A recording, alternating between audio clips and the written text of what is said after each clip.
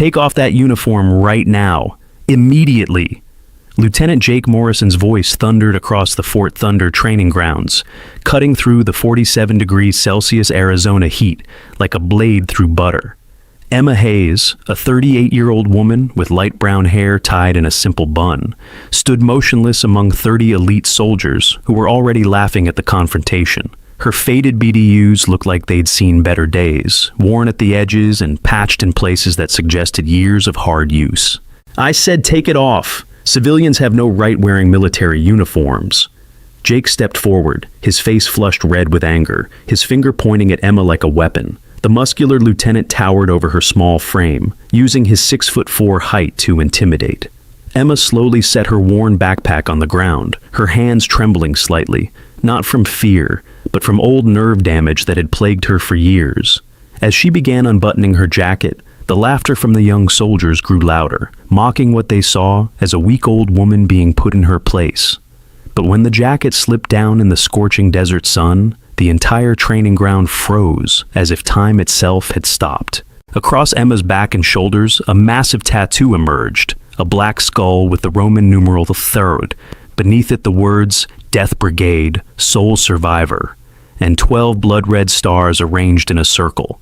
Master Sergeant Viktor Volkov, the seasoned Spetsnaz advisor, was the first to recognize its significance. His face drained of color, his legs trembling before he dropped to his knees right in the middle of the training ground. But within 30 minutes, all 30 arrogant soldiers would understand why a hardened combat veteran had just knelt before the woman they had insulted. If this opening scene makes your blood boil at how Emma is being treated, take a moment to hit that like button and subscribe. It truly helps me continue bringing stories about hidden strength like this one. And if you really want to support the channel, the thanks button below is a wonderful way to show that. I'm grateful for everyone who helps me maintain this channel. Now, let's return to Emma, who's about to do something that will silence the entire base. The morning had started like any other at Fort Thunder Special Operations Training Center, the premier facility for selecting candidates for the military's most dangerous missions. Located deep in the Arizona desert, the base was designed to break people down and rebuild them into weapons capable of surviving impossible odds. The temperature was already climbing past 45 degrees by 0700 hours, and the 30 candidates for the Special Operations Selection Course were gathering for their morning briefing when Emma Hayes arrived. She had parked her old pickup truck in the visitor's lot, the vehicle's paint faded and peeling from years under harsh suns. Everything about her appearance suggested she didn't belong here among the elite warriors. Her boots were scuffed, risoled at least twice from the look of them. Her uniform bore no unit patches, no rank insignia, just the tired fabric of someone who'd worn it too many times. The tremor in her hands was noticeable as she signed in at the gate, the guard barely glancing at her contractor credentials before waving her through. Private Jessica Stone was the first to notice her, immediately pulling out her phone to start a live stream. "Oh my God, guys, you have to see this," she whispered to her followers, the camera focused on Emma's approaching figure. Some old lady just showed up to our special ops selection, wearing BDUs that look like she bought them at a thrift store. This is going to be hilarious. Jessica, 24 years old, with perfectly styled blonde hair even in the desert heat, had built a following documenting her journey through elite military training. She saw Emma as perfect content, a civilian contractor who clearly didn't understand where she was. Sergeant Kyle Rodriguez joined in the mockery, his technical expertise making him the acknowledged expert among the younger soldiers. At 28, he'd already completed 2 deployments and considered himself an authority on all things tactical. $10 says she's here to teach us sensitivity training or some administrative nonsense, he called out to his buddies, loud enough for Emma to hear. Look at those hands shaking, probably can't even hold a rifle steady. Emma's expression didn't change as she walked past them, her gait steady despite the slight tremor that affected her movements. She made her way to the equipment area where the morning's training gear was being prepared and began a methodical inspection of the weapons laid out for the exercise.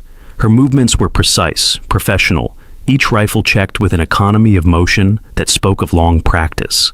Corporal Brad Tucker watched her with growing amusement. Known among the candidates for his practical jokes and sabotage tactics during competitive exercises, he saw an opportunity for entertainment. "Watch this," he whispered to his teammates, then deliberately bumped into the table where Emma was working, sending several pieces of equipment clattering to the ground. "Oh, sorry, ma'am," he said with exaggerated politeness. "Didn't see you there. Maybe you should stick to the administrative building, where it's safer for civilians." Emma bent to retrieve the scattered equipment, her movements careful but efficient. As she picked up a disassembled rifle component, her fingers moved with surprising speed, checking for damage before setting it back in place. It was a small thing, but Master Sergeant Viktor Volkov noticed it from his position near the command post.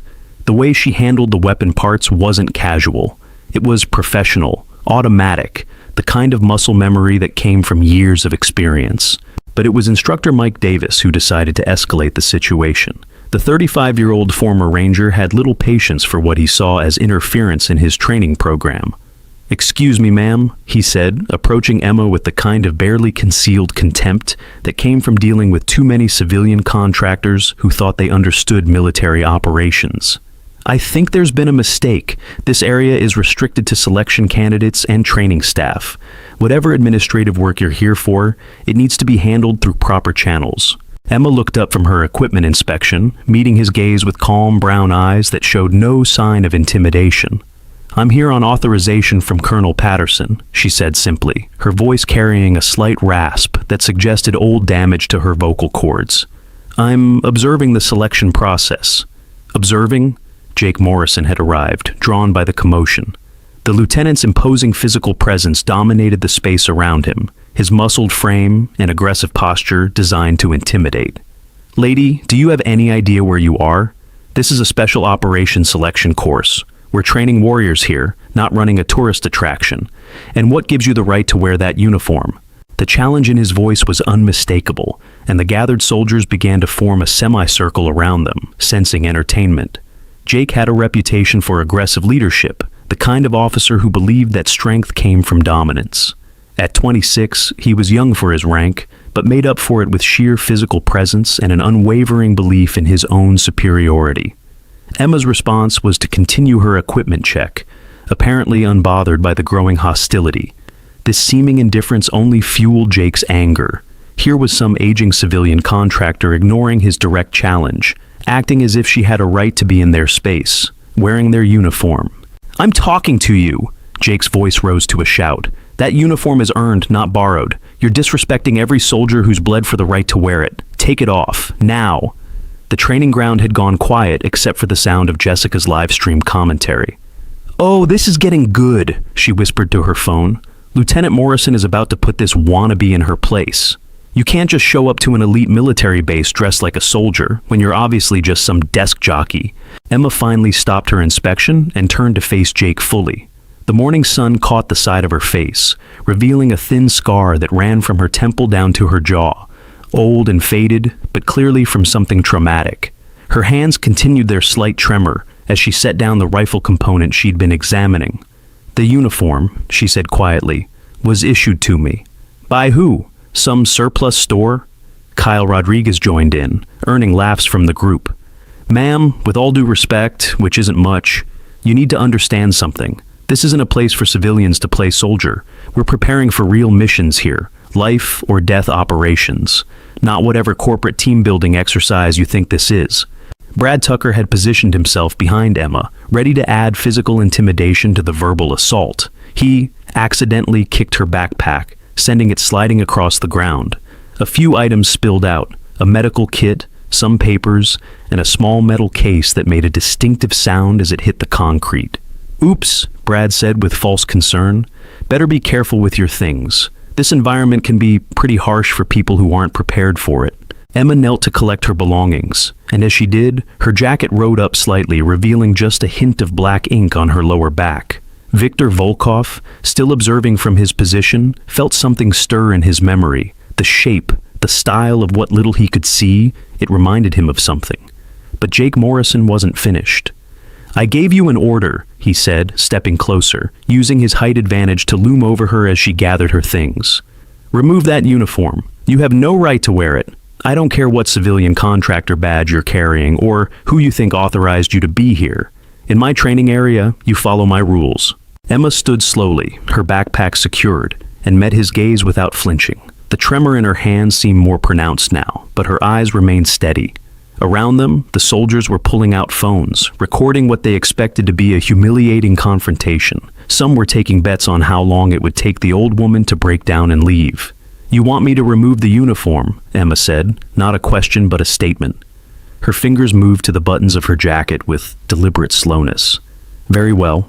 The anticipation in the air was palpable. 30 elite soldiers, the best of the best, selected from across the military for advanced training, all watching as this seemingly fragile woman began to comply with Jake's demands. Jessica's livestream was attracting viewers by the second, comments flooding in about the stolen valor grandma getting what she deserved. As Emma's jacket came off, revealing a black tank top underneath, the first glimpse of the tattoo became visible. It started at her shoulders, clearly extending down her back. But it wasn't until she turned slightly, the morning sun catching the exposed skin, that the full impact began to register.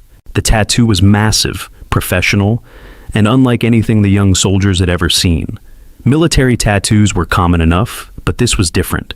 This was specific, detailed, and carried in weight of authenticity that no amateur artist could replicate. The skull was rendered in stark black ink, photorealistic in its detail, with the Roman numeral th prominently displayed on its forehead. But it was Viktor Volkov who reacted first, his sharp intake of breath audible even from 20 feet away. His face, weathered by years of combat across multiple continents, had gone pale. His hands, steady enough to have performed surgery under fire, began to shake. And then, to the absolute shock of everyone present, the hardened Spetsnaz advisor dropped to one knee. Emma pulled from her bag a prescription bottle of specialized nerve medication, the kind developed for NASA astronauts but now used by the military for severe combat-related nerve damage. Each small pill cost $200 and had the ability to prevent seizures caused by nerve damage, consequences from an explosion that had killed 12 of her teammates. This was medication that only those who had been on the other side of death's door were ever prescribed. She dry swallowed one pill with practiced ease, her movements suggesting this was a daily ritual born of necessity rather than choice. The silence that followed Victor's action was deafening. 30 elite soldiers, trained to react to any situation, stood frozen in confusion. Jake Morrison's face showed a mix of anger and uncertainty, his challenge momentarily forgotten, as he tried to process why their senior advisor had just knelt before the woman he'd been humiliating. Sergeant Volkov? Mike Davis was the first to speak, his instructor's authority shaken by the unprecedented sight. "What's going on?" But Victor's eyes remained fixed on Emma, specifically on the tattoo that was now partially visible. His lips moved, forming words that came out as barely a whisper. "Death Brigade. They'd. It can't be." The moment stretched, tension building like a storm front moving across the desert. Emma stood perfectly still, neither acknowledging Victor's reaction nor showing any emotion at the sudden shift in dynamics. Her jacket lay folded in her hands, the morning heat already making sweat bead on her exposed skin, causing the tattoo to seem even more vivid. "Get up, Sergeant," Jake ordered, his voice lacking its previous conviction. "What's wrong with you?" Victor slowly raised his head, his eyes moving from the tattoo to Emma's face, studying her features as if seeing her for the first time. "Lieutenant Morrison," he said, his accent thicker than usual, stress cracking his normally perfect English. "You need to stop, right now. You don't understand what you're dealing with." "It's a tattoo," Jessica said, her live stream still running, but her voice uncertain now. "So what? Lots of people have military tattoos. It doesn't mean anything." Kyle Rodriguez had moved closer, his technical knowledge making him curious about the specific design. "That's not just any military tattoo," he said slowly, recognizing some of the symbolism. That's Special Operations insignia, but I've never seen that unit designation before." Brad Tucker, always ready with a joke, tried to break the tension. Maybe she got it at the same place she bought the uniform. You know, stolen valor and all that. "Shut your mouth!" Victor's roar silenced everyone. The normally composed advisor was on his feet now, moving toward Brad with frightening intensity. "You ignorant child! You have no idea what that marking means, what it cost, what she—" He stopped himself, visibly struggling for control. The gathered soldiers had never seen him like this, emotional, almost frightened. Viktor Volkov was a legend in his own right. A man who'd survived operations that had killed lesser soldiers, who'd trained with the most elite units in the world. And he was shaking. Emma finally moved, setting her folded jacket on a nearby equipment crate. The full expanse of the tattoo was visible now, and in the bright morning light, every detail could be seen. The 12 red stars that surrounded the skull and designation were rendered with painful precision, each one slightly different, as if they represented individuals rather than mere decoration. Below the main design, in letters that looked like they'd been carved rather than inked, were the words that made Victor's reaction suddenly make sense to those who understood military history. Sole survivor. Colonel Patterson emerged from the command building, drawn by the commotion. The base commander was a man who'd seen enough in his 48 years to rarely be surprised, but the scene before him, 30 of his best candidates standing in shocked silence while his senior advisor looked like he'd seen a ghost, was unprecedented. "Someone want to explain what's happening here?" Patterson's command voice cut through the confusion. His eyes took in the scene quickly. Emma standing calmly despite being partially undressed. Jake Morrison looking uncharacteristically uncertain, and Viktor Volkov displaying more emotion than anyone had ever seen from him. "Colonel," Viktor said, his voice strained, "we need to clear this area, now. This is classified beyond anything these candidates are cleared for." "Sergeant, I'll decide what's classified on my base," Patterson replied, but his tone suggested he was taking the situation seriously. His eyes moved to Emma, taking in the tattoo with professional interest. "Ma'am, I'm going to need to see your identification. All of it." Emma nodded, reaching for her backpack with movements that were economical, despite the tremor in her hands. She pulled out a leather wallet, worn smooth with age, and extracted several documents. But it was the final item she produced that made Patterson's expression change from professional interest to shock. It was a challenge coin, but not just any coin. This one was black with inlaid red enamel and bore the same skull and 15 designation as her tattoo. Only 13 of these coins had ever been made, and after Operation Hellgate, only one person was left alive to carry theirs. "Dear God," Patterson breathed, his composure cracking. You're her. You're Ghost 7. The name meant nothing to most of the candidates, but Victor's reaction was immediate and visceral. He snapped to attention, rendering a salute so precise it looked like muscle memory taking over conscious thought. "Major Hayes, I didn't recognize you. I'm sorry. I should have known." Did you notice something special about how Emma reacted to all these insults? Drop a comment below if you've ever been underestimated like this. I read them all and want to hear your story. And now, let's see what Emma does next. The revelation hung in the air like a physical presence, but most of the candidates were still confused. Jake Morrison, his earlier aggression replaced by uncertainty, was the first to voice what many were thinking.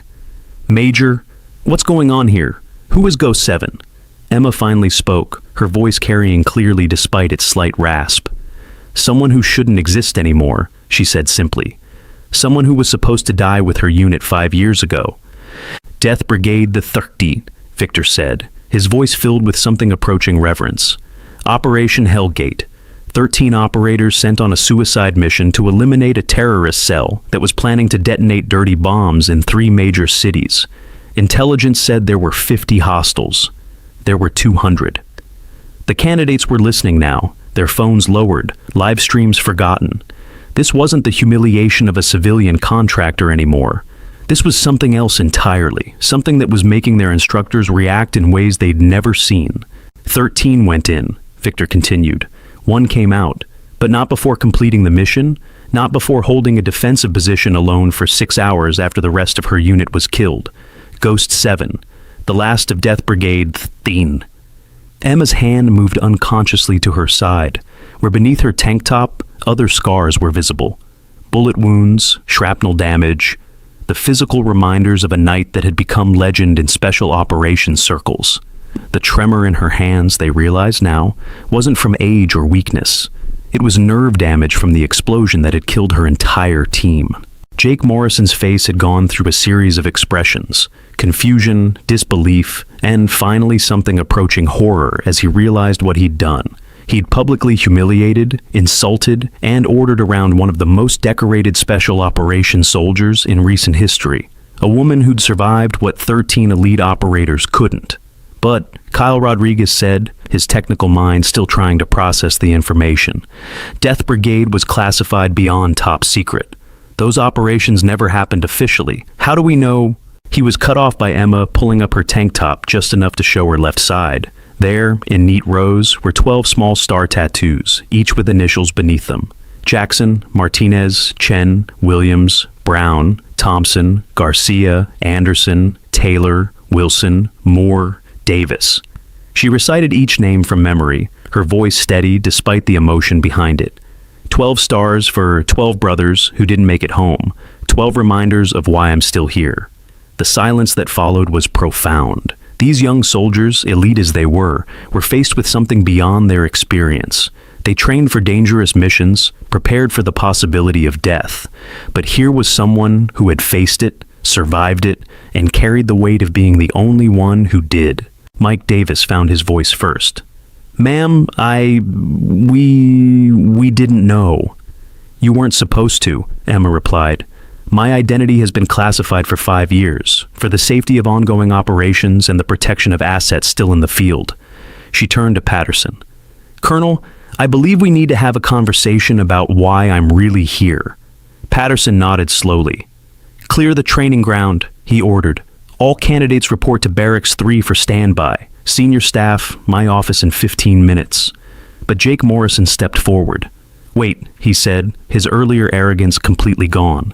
"I need to... Ma'am, Major Hayes, I'm sorry. What I said, what I did..."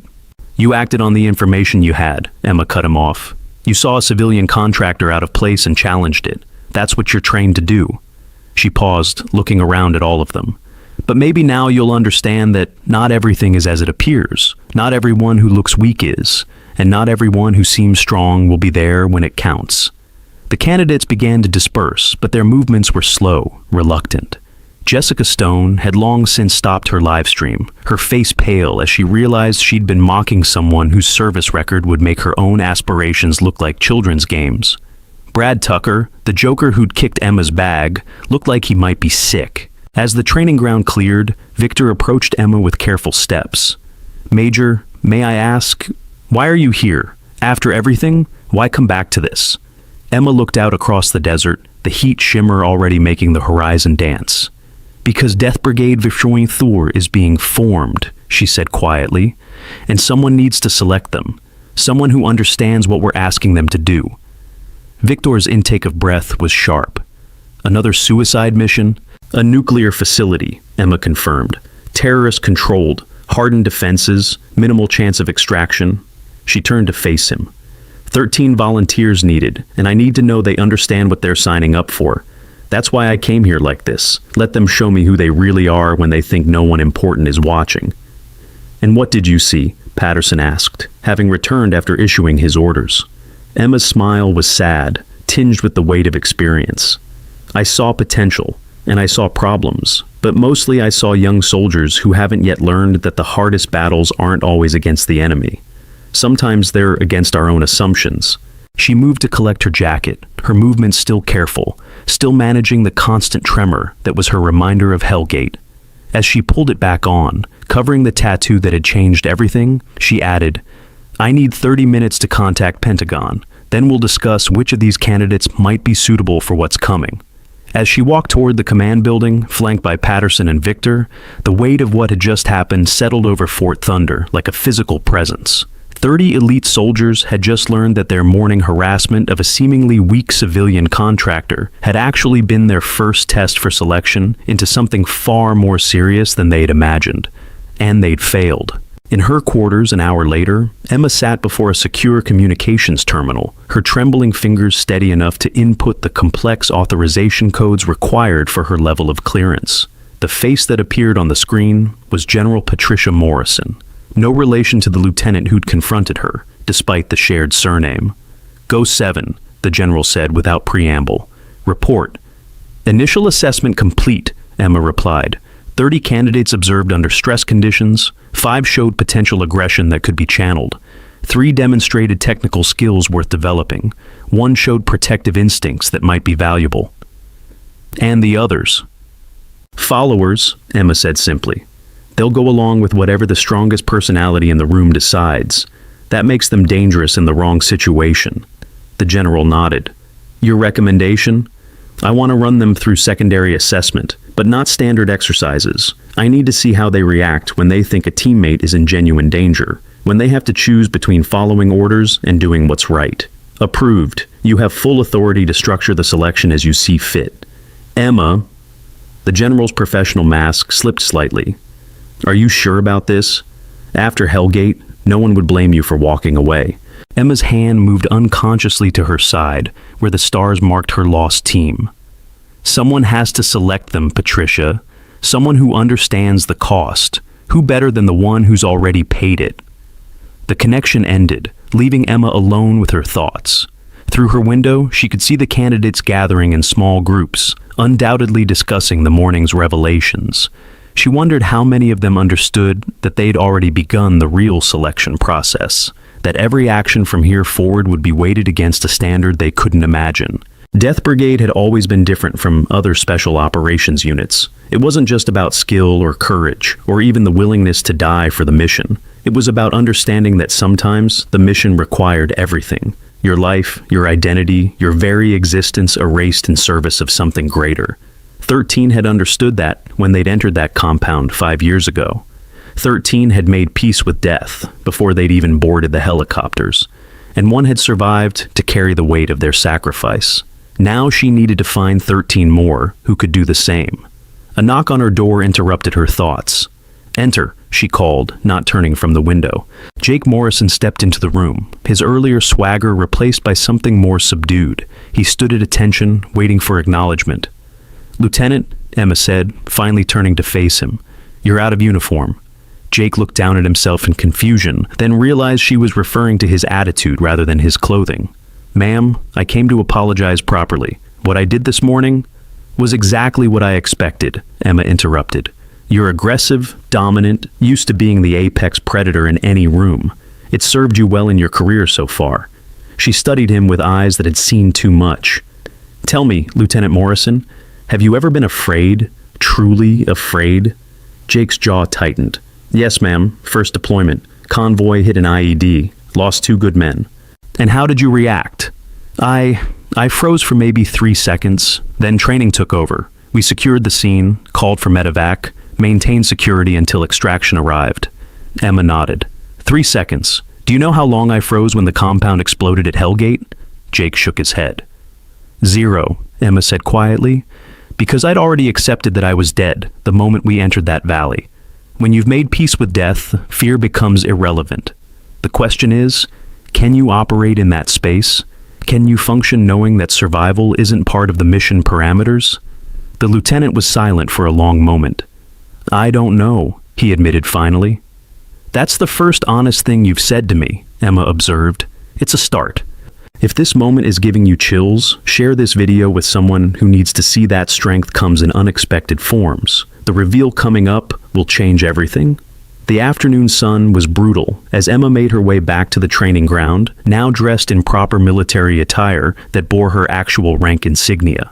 The candidates had been assembled, standing in formation despite the 115-degree heat. Their faces showed a mix of curiosity, apprehension, and in some cases, genuine fear. Emma took her position at the front, her movements precise despite the ever-present tremor. Behind her, Colonel Patterson and the senior staff formed a semicircle of authority that made the gravity of the situation clear. Gentlemen, Emma began, her voice carrying across the formation. And ladies, she added, nodding to Jessica and the 3 other female candidates. This morning, you witnessed what happens when assumptions meet reality. You made judgments based on appearance, on perceived weakness, on your own biases. In a normal training environment, that would result in corrective instruction and move on. She paused, letting the heat and the silence work on them. But this isn't normal training. You've been selected as potential candidates for a mission that, statistically speaking, you won't survive. Death Brigade isn't just a name.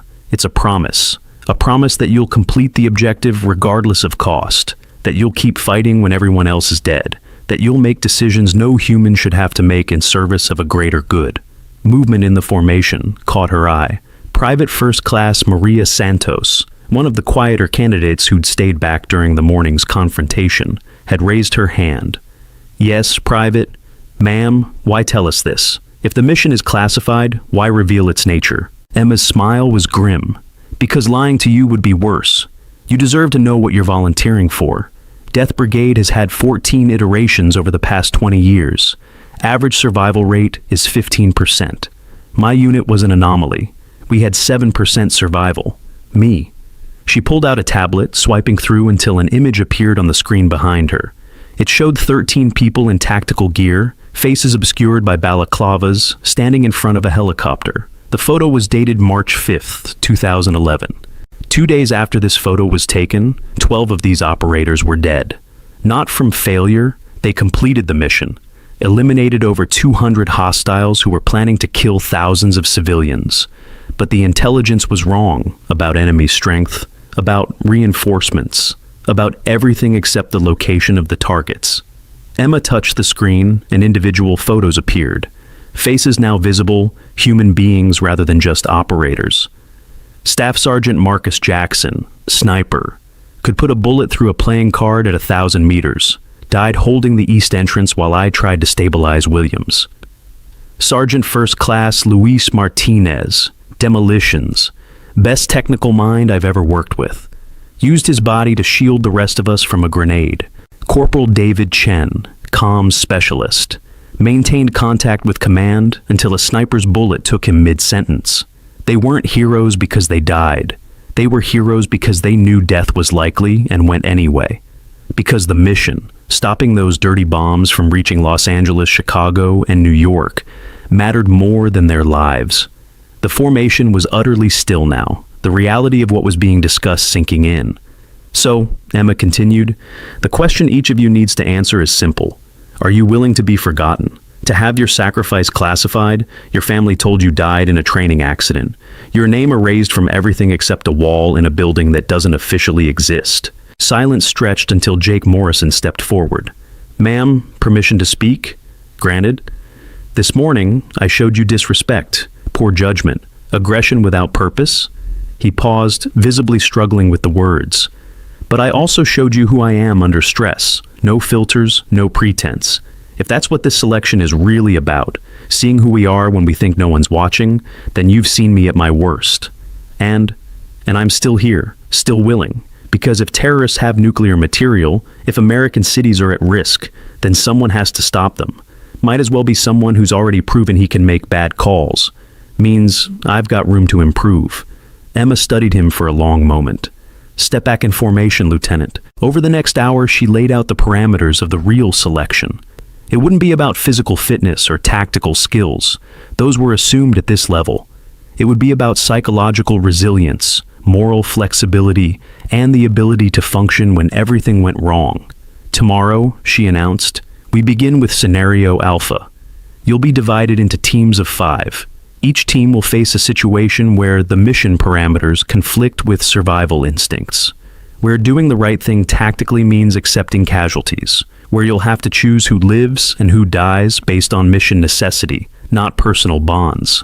She pulled out the specialized communication device, its quantum encryption capabilities far beyond what these candidates had access to. The screen displayed coded coordinates, the location of the nuclear facility that Death Brigade Verfirst would have to infiltrate and destroy. "This is what we're training for. A hardened facility in hostile territory. Current intelligence suggests a garrison of 300 fighters, air defenses that make aerial insertion impossible, and a deadline, 6 weeks from now, before the material inside can be weaponized." "Ma'am," Kyle Rodriguez spoke up, his technical mind already working the problem. "With those parameters, extraction would be impossible," Emma confirmed. "Which is why this is a Death Brigade mission. The plan isn't to get you out, it's to get you in, complete the objective, and hold long enough for conventional forces to arrive. Estimated time, 8 to 10 hours. 10 hours against 300 hostiles?" Brad Tucker's usual joking manner was nowhere to be found. "My team held for 6 against 200, Emma said simply. "Of course, there were 13 of us for the first 20 minutes. The math was brutal in its simplicity. Even if they performed as well as the legendary Thurine, most of them would die in the first hour, The survivors would have to continue the mission, probably wounded, definitely outnumbered, with no hope of rescue. Anyone who wants to withdraw from selection can do so now, Patterson announced. No shame, no mark on your record. Death Brigade is volunteer only, and we need people who are certain. For a moment, no one moved. Then, from the back of the formation, someone stepped out. It was Captain Sarah Chen, an intelligence officer who'd been attached to the selection as an observer. "I'm out," she said simply. "I have a daughter. She needs a mother more than the country needs another ghost." Emma nodded respectfully. "Dismissed, Captain. Thank you for your honesty." Two more followed. A sergeant who'd just gotten engaged, a corporal whose parents were elderly and had no other children. Each departure was met with respect, not scorn. This wasn't about courage. It was about choices no one should have to make. When the movement stopped, 27 candidates remained. "Phase 1 begins at 0400 tomorrow," Emma announced. "Get some rest. You'll need it." As the formation dispersed, Victor approached her. "You're going to run them through Hellgate, aren't you?" Emma nodded. "Modified version. They need to understand what it feels like when everything goes wrong. When the intelligence is bad, the support doesn't come, and people start dying around you. And if they break, then they break here, where it's safe, not out there where it matters." That evening, Emma sat alone in the mess hall, her dinner growing cold as she reviewed the candidates' files. Each one represented potential, and potential loss. She'd seen their true selves this morning when they thought she was nobody. Now she needed to see who they became when faced with the impossible. Her tablet chimed with an incoming message. The sender was classified, but she recognized the authentication codes. She opened it to find a single line of text. "Package delivered, Hellgate simulation authorized. May God have mercy. Phantom 1. Phantom 1. The commander who'd sent the Threen into that valley 5 years ago. Who'd made the call that the dirty bombs were worth 13 lives. Who'd promoted Emma posthumously, only to have to reverse it when she'd somehow survived. Emma closed the tablet and pushed away her untouched meal. Tomorrow, she'd begin the process of selecting 13 people to die. But unlike Hellgate, this time they'd know what they were walking into. This time, they'd choose their fate with open eyes. That had to count for something, didn't it?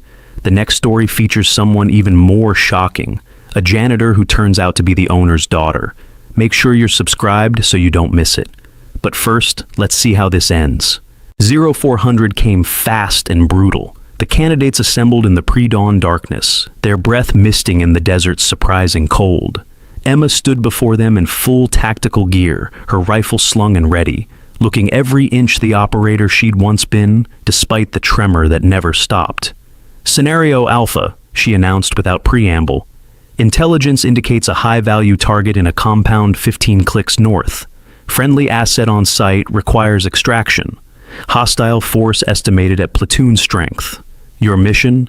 Infiltrate, locate asset, extract to designated safe house." She paused, meeting eyes with several candidates. "What intelligence doesn't tell you is that the asset is wounded, ambulatory but slow.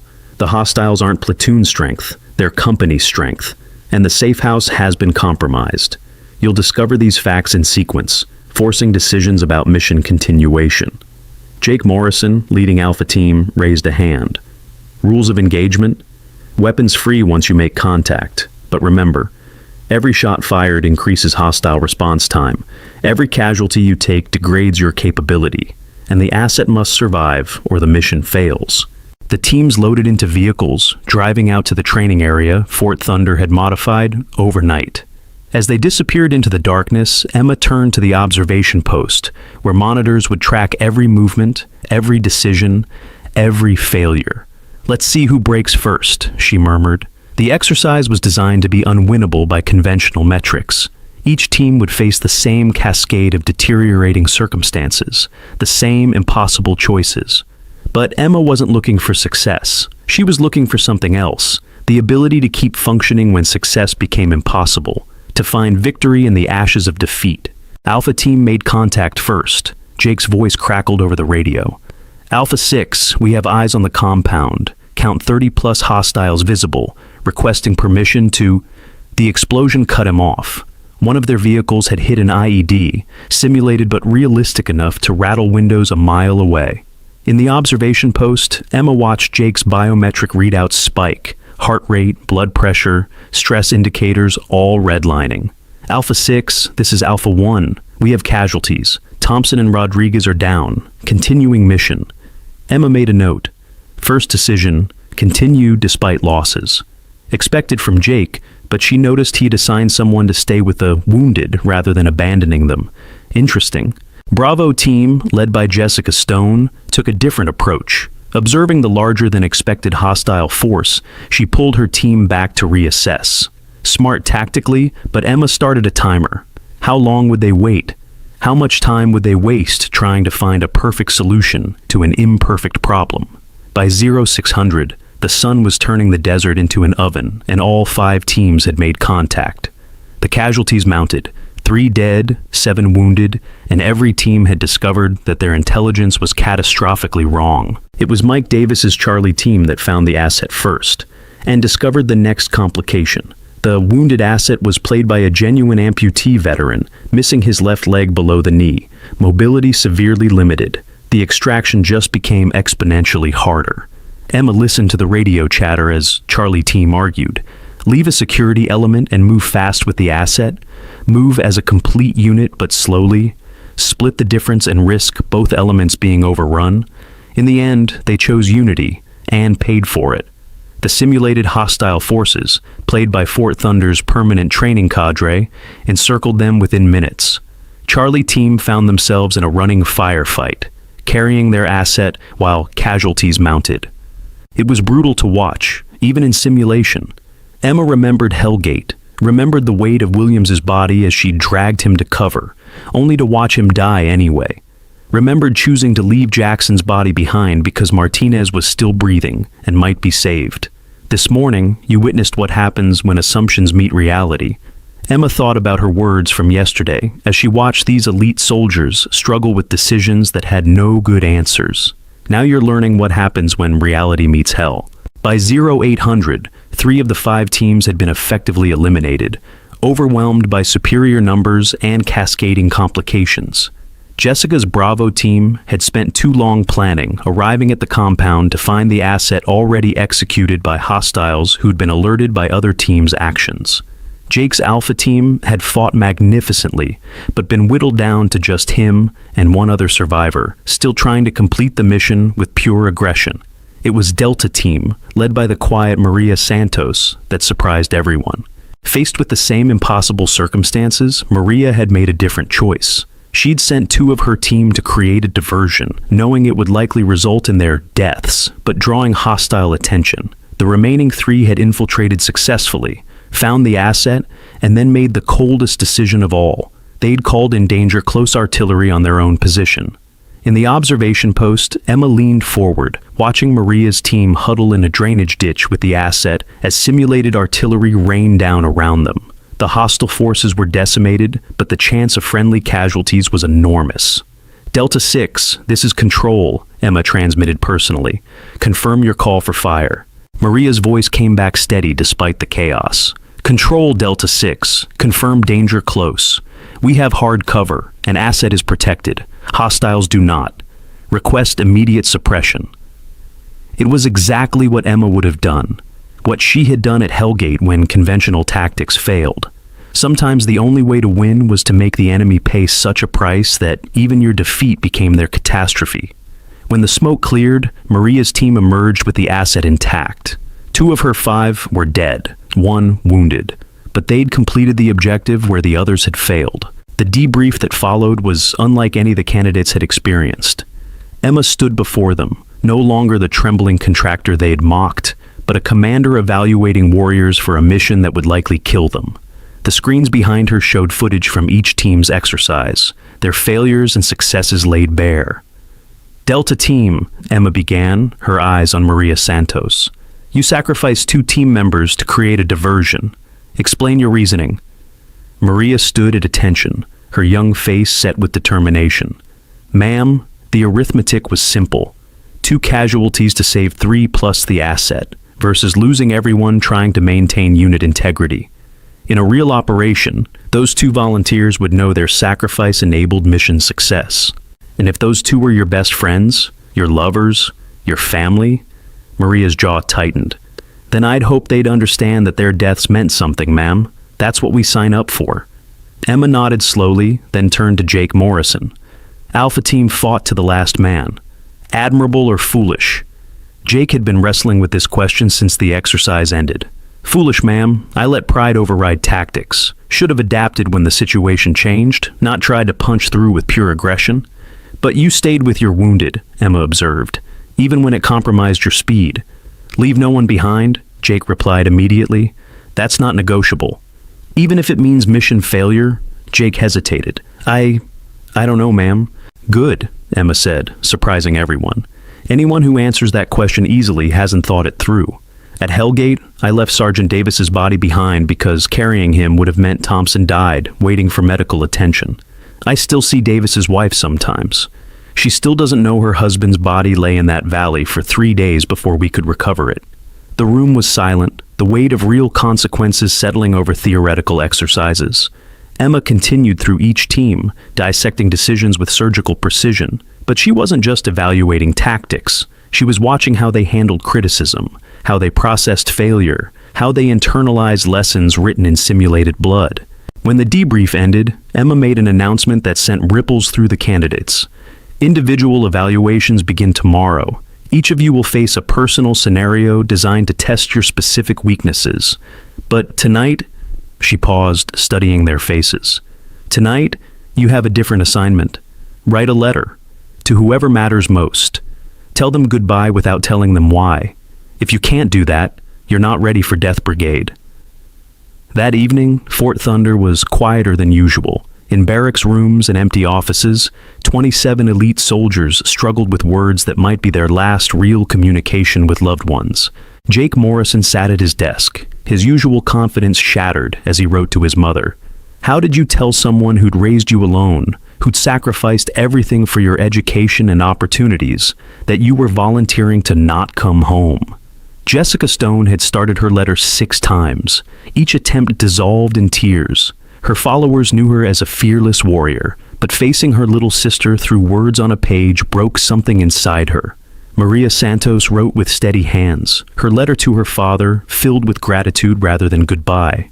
She'd grown up understanding sacrifice, her family's military tradition stretching back generations.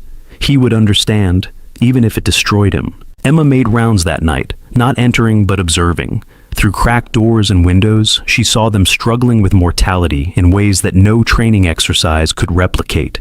This was the real test. Not could they die for their country, but could they make peace with those they'd leave behind? The next morning brought individual evaluations that pushed each candidate to their breaking point. But it wasn't physical stress Emma was applying.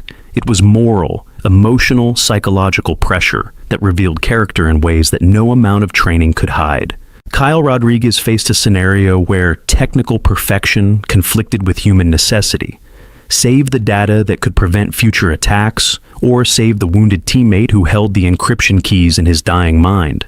He chose the teammate, then spent an hour in the debrief defending why human intelligence mattered more than digital files. Brad Tucker, the joker who'd kicked Emma's bag, found himself in a situation where his humor became a liability. Leading a team through a morale crisis after massive casualties, his attempts at lightness fell flat. He had to learn that sometimes acknowledging pain was more important than deflecting it. Jessica Stone's evaluation stripped away her social media persona entirely. Alone, no audience, no documentation. Would she still make the hard choices? Would she still be a warrior when no one was watching? She emerged from her scenario pale and shaking, having discovered reserves of strength that had nothing to do with likes or followers. But it was Jake Morrison's evaluation that proved most revealing. Emma had designed it personally, based on what she'd observed of his character. He found himself in command of a unit where the only way to succeed was to let someone else lead, to recognize that his strength could become a weakness, that sometimes the best commanders were those who knew when to follow. It took him 3 failed attempts before he finally stepped back and let a quieter, more technical teammate guide the solution. The mission succeeded, but Jake looked physically ill as he processed what he'd learned about himself. Leadership, Emma told him in the debrief, isn't about being the strongest or the loudest. At Hellgate, I wasn't in command when we inserted. Staff Sergeant Jackson was. But when he died in the first 20 minutes, command fell to me, not because I was the best soldier, but because I was the one still thinking clearly, while everyone else was in shock. Sometimes leadership is just being the last one standing who hasn't given up. 5 days into the selection, the 27 candidates had been reduced to 19. 8 had withdrawn, not from physical failure, but from honest recognition that they couldn't make the psychological sacrifice Death Brigade required.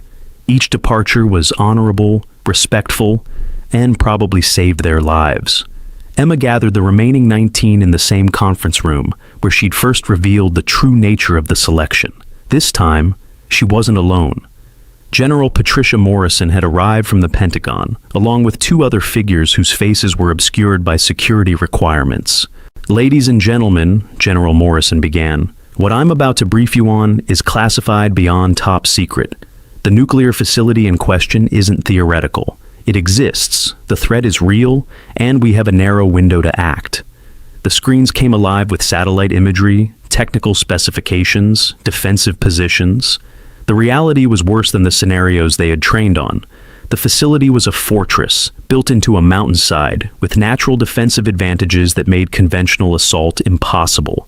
300 defenders is the low estimate, the general continued. Could be as many as 500.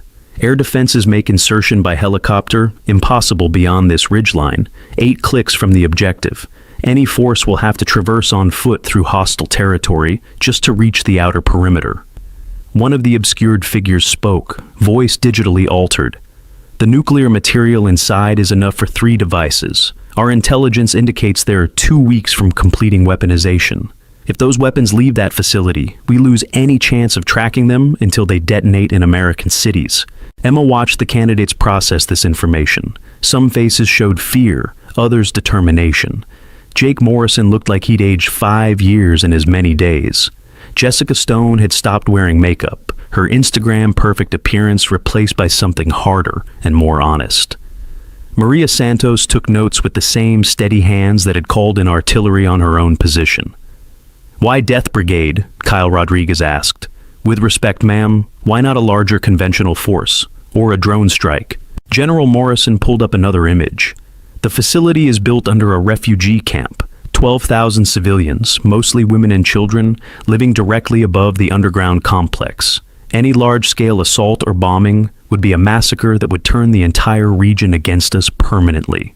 13 operators, Emma picked up the briefing, infiltrating through drainage tunnels too small for a larger force, reaching the reactor core and destroying it in a way that contains the nuclear material rather than spreading it, then holding position until a humanitarian force can evacuate the civilians and regular military can secure the site. "How long would we need to hold?" Maria asked. "Best estimate 10 hours, realistic estimate 12 to 14. 13 people holding a position against 500 for 14 hours. Jake's voice was flat. "That's not a mission, that's a last stand." "Yes," Emma said simply. "It is." The room fell silent as the reality sank in. This wasn't training anymore. This wasn't theoretical. In 2 weeks, 13 of them would infiltrate that facility. In 2 weeks, most of them would die. "I need volunteers," Emma announced. "Not orders, not assignments, volunteers. Step forward if you're willing, step back if you're not. No shame in either choice." For a long moment, no one moved. Then Jake Morrison stepped forward. "I've been an arrogant fool most of my career," he said quietly. "Maybe it's time I did something worth the attitude." Maria Santos followed. "My grandfather died at Chosin Reservoir. He held a position alone for 6 hours so his unit could withdraw. I grew up on that story. I understand what this means." One by one, they stepped forward. Jessica Stone, who'd found strength beyond social media. Kyle Rodriguez, whose technical mind saw problems that needed solving. Others whose names would never be recorded, whose sacrifice would be classified, whose families would never know the truth. When the movement stopped, 16 stood forward, 3 more than needed. Emma studied them, these volunteers for death, and made her selections based on skills, psychology, and that indefinable quality that separated those who could function in hell from those who would break. 13 names, 13 death sentences, 13 heroes who didn't know it yet. The 3 not selected looked relieved and ashamed in equal measure. Emma addressed them directly. You volunteered, that matters. But I need you here, preparing the humanitarian response that follows our action. Your mission is to ensure those 12,000 civilians survive what's coming. That's your service. Over the next 10 days, the 13 selected underwent training that made their previous experience look like basic training. Not just tactics and weapons, but psychological preparation for operating after suffering casualties that would break most units. Emma ran them through scenario after scenario, where they succeeded despite losing half their force, where mission completion mattered more than survival. She shared everything from Hellgate, every mistake, every hard lesson, every moment when death seemed preferable to continuing. They learned not just from their own training, but from the blood-written experiences of Death Brigade the 3rd. Jake Morrison emerged as the natural leader, his arrogance tempered by understanding. Maria Santos became his second, her analytical mind complementing his aggressive instincts. The others fell into roles that maximized their strengths while covering weaknesses. But Emma's greatest contribution wasn't tactical. It was teaching them how to face death with open eyes. You're already dead, she told them during their final briefing. Accept that. Embrace it. The enemy can't use fear against corpses. They can't break what's already broken. You are 13 ghosts who haven't stopped moving yet. Your only purpose is to haunt that facility until the mission is complete. On the final night before insertion, Emma found herself again at the memorial wall, looking at her 12 stars. Tomorrow, 13 more would join them. Maybe 14 if the infiltration went wrong early. She'd done everything possible to prepare them, but statistics were merciless.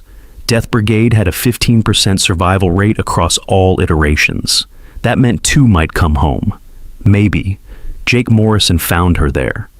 Ma'am, he said quietly, I wanted to thank you, not for the training, but for the honesty, for showing us what this really means. Emma turned to him, seeing not the arrogant lieutenant who'd ordered her to remove her uniform, but a young man who'd found something worth dying for. You thank me by volunteering, Jake. Just try to be one of the 15%, okay? His smile was sad. I'll do my best, ma'am. But if I don't... He pulled out an envelope. Could you make sure this gets to my mother? I couldn't mail it. Couldn't risk her figuring out something was wrong and trying to stop me. Emma took the letter, feeling its weight. I'll deliver it personally if necessary. One by one, the others found her. Maria Santos with a letter for her father. Jessica Stone with a video message for her sister, sealed in a secure drive. Each member of Death Brigade the 13th saying goodbye in their own way, trusting Emma to be their final messenger. The insertion began at 0200. 13 figures in black disappeared into the drainage tunnels that would either deliver them to their objective or become their tombs. Emma watched from the command center, her trembling hands steady on the tactical display as she tracked their progress through hidden sensors. For the first hour, everything went according to plan. Then, as always, hell arrived dressed as complications. Contact, Jake's voice crackled over comms. Tunnel security we weren't briefed on. 2 down, continuing mission. 2 casualties before they even reached the facility. Emma closed her eyes, remembering Thompson's voice making similar reports at Hellgate. History repeating with different names, but the same blood price. The 13 became 11, then 9, then 7, as they fought through defenses that were stronger than intelligence had suggested. But they kept moving, kept fighting, driven by purpose that transcended survival. They reached the reactor core at 0545. Kyle Rodriguez, bleeding from 3 wounds, began the delicate process of destroying the facility while containing the nuclear material. Around him, the 6 survivors formed a perimeter that they knew they couldn't hold. Brigade 6, this is command, Emma transmitted. Humanitarian forces are 8 hours out, conventional support following. Copy, command, Jake replied. She could hear the resignation in his voice. 8 hours might as well have been 8 years. Brigade 6 beginning final phase. It's been an honor, ma'am. Emma wanted to say something meaningful, something that would matter. But what words could match their sacrifice? The honor is mine, Brigade 6. Hold the line. What followed was 6 hours of combat that would never be fully documented. 6 soldiers, already wounded, already exhausted, holding a position against waves of enemies who understood too late what was happening. The reactor's destruction had been noticed, reinforcements pouring in from every direction. Emma listened to their dwindling communications, heard Maria Santos call out targets with the same steady voice she'd used in training, heard Jake Morrison roar defiance as another wave crashed against their position, heard them die, one by one, still fighting. By hour 5, only 3 remained: Jake, Maria, and Jessica Stone, who'd found her true strength not in front of cameras, but in the depths of hell. They'd stacked furniture and bodies into makeshift barricades, turning the reactor room into a fortress that bought time with blood. "Command, Brigade 6. Jake's voice was weaker now. "Kyle's charges are holding. Facility is neutralized. We are mission complete." "Roger, Brigade 6. Hold on. Help is coming." But Emma could read the biometric data, could see their ammunition counters approaching 0, could calculate the mathematics of survival and find them wanting. At 0800, Maria Santos's beacon went dark. At 0817, Jessica Stone's final transmission was a laugh, incongruous and defiant. "Tell my sister I finally found something real to fight for." Jake Morrison held alone for the final 43 minutes. One man, wounded in 6 places, out of ammunition, fighting with captured weapons and pure will. His last transmission came at 0900. "Command, Brigade 6 can't hold much longer, but they're not getting through. Not while I'm breathing." Emma gripped the console as his beacon flickered. "Jake, this is Go 7. You did it, son. You held the line. You're a hero." His laugh was more cough than humor. "No, ma'am, just a soldier who finally learned when to stop talking and start doing. Tell my mother, tell her I wasn't afraid." The beacon went dark at 0907. 3 minutes later, the first humanitarian vehicles reached the outer perimeter. 10 minutes after that, conventional forces began securing the facility. They found the reactor properly destroyed, the nuclear material contained, and evidence of a battle that belonged in legend. 13 had entered, none had left, but they'd held long enough. The civilians were evacuated, the facility secured, the weapons prevented from ever reaching American cities. Death Brigade the 4th had succeeded at the cost Death Brigade always demanded. Emma stood before the memorial wall 6 weeks later, watching as 13 new stars were added to the constellation of heroes. The families had been told their loved ones died in a training accident. The real story would remain classified for 50 years, until everyone who might be compromised by its release was beyond harm. Jake Morrison's mother had taken the news with the same strength that had shaped her son. "He was proud of his service," she'd told Emma. "That's all I need to know." Emma had wanted to tell her the truth, that her son had saved thousands, maybe millions, that his transformation from arrogant youth to selfless hero had been complete, that he died holding a position alone against impossible odds because that's what heroes did. But classification bound her to silence, leaving only the stars to tell the story. Viktor Volkov found her at the wall as the ceremony concluded. "You trained them well," he said quietly. "They performed better than any Death Brigade before them." "They trained themselves," Emma replied. "I just showed them what they were capable of." "What happens now? Death Brigade 15. Emma touched her jacket where a new set of orders waited. "There's always another mission, always another threat, and as long as there are those willing to stand in the breach..." She didn't finish, didn't need to. The stars on the wall said everything necessary about those who stood in the breach, who held the line when holding seemed impossible, who chose death to give others life. The ceremony ended with military precision, but Emma remained. Alone now except for ghosts and memories, she pulled out a small case from her pocket. Inside were 14 stars, not the red of team members, but gold for commanders. One for each Death Brigade leader who'd made the selection, trained the volunteers, and lived with the consequences. She pinned the 14th star to the wall herself, not for her service at Hellgate, but for selecting 13 heroes and sending them to their deaths, for carrying their final words to families who would never know the truth, for being the survivor who prepared others not to survive. A month later, halfway around the world, reports began filtering through intelligence channels of unusual activity at a biological weapons facility. The kind of facility that couldn't be destroyed by conventional means without releasing pathogens that would kill millions. The kind of mission that required operators willing to enter hell and lock the door behind them. Emma Hayes stood in her office at Fort Thunder, her trembling hands holding the briefing documents for what would become Death Brigade 15. Outside, new candidates were arriving for selection. Young men and women who thought they were elite, who believed themselves unbreakable, who had no idea what they were about to face. She thought about Jake Morrison's transformation, about Maria Santos's steady courage, about 13 heroes who'd volunteered to die and followed through on that promise. Then she walked out to meet the new candidates, wearing civilian clothes and looking every inch the harmless contractor. Someone had to select them. Someone had to prepare them. Someone had to carry the weight of sending heroes to their deaths. The cycle continued. Death Brigade endured. And somewhere in the ranks of arrogant young soldiers thinking they were immortal, 13 more ghosts waited to be awakened. They just didn't know it yet. As Emma stepped into the harsh Arizona sun, her tattoo hidden beneath layers of fabric, she allowed herself one moment of grim satisfaction. The families of Los Angeles, Chicago, and New York would never know how close they'd come to devastation, would never know 13 names that had saved them, would never understand the price of their safety. But the stars knew, the ghosts knew, and Emma knew. That had to be enough.